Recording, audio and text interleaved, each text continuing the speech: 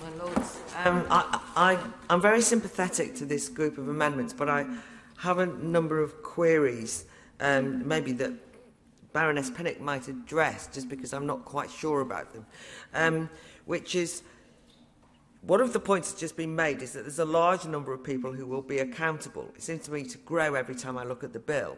There's so many different people.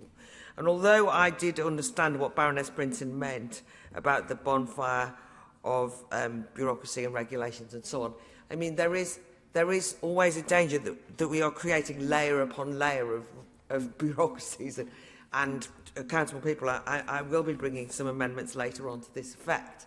But anyway, for now, what I wanted to query was, it is obviously the case that we need to have qualified people involved in this, but it seems to me there's so many new roles, as has been described, that those qualifications don't even exist. And I'm concerned about putting on the face of the bill and in legislation that you need to have the qualifications to do the roles when the qualifications don't exist, that the roles will never...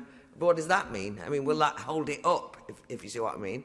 But also, I suppose, I'm concerned about saying that there has to be, because one word is used is that compulsory training. I'm just concerned about, I suppose, the professional autonomy and integrity of those professionals who are already involved in this area. I don't know whether legislation is quite the right way to go.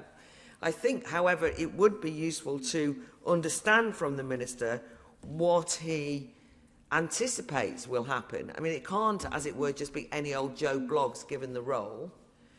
Is there going to be attention paid to talking to the professionals who, you know, who already run professional practice qualifications in both universities, in further educations? How will the government manage the fact that it's creating all these new jobs, but with no sort of attention, it seems to me, about how the qualifications will be awarded or who's going to give them? And that's where I'm very sympathetic to Baroness Pinnock and then having a register. But I'm just not quite sure the amendment does it for me, and I'm nervous, maybe because I used to be involved in education, about another government demand on education that just ends up that they have a lot of work to do and there's no capacity to do it, and it'll just be a kind of shoddy box-ticking qualification that won't mean very much. So that's just my nervousness, while sympathetic in general.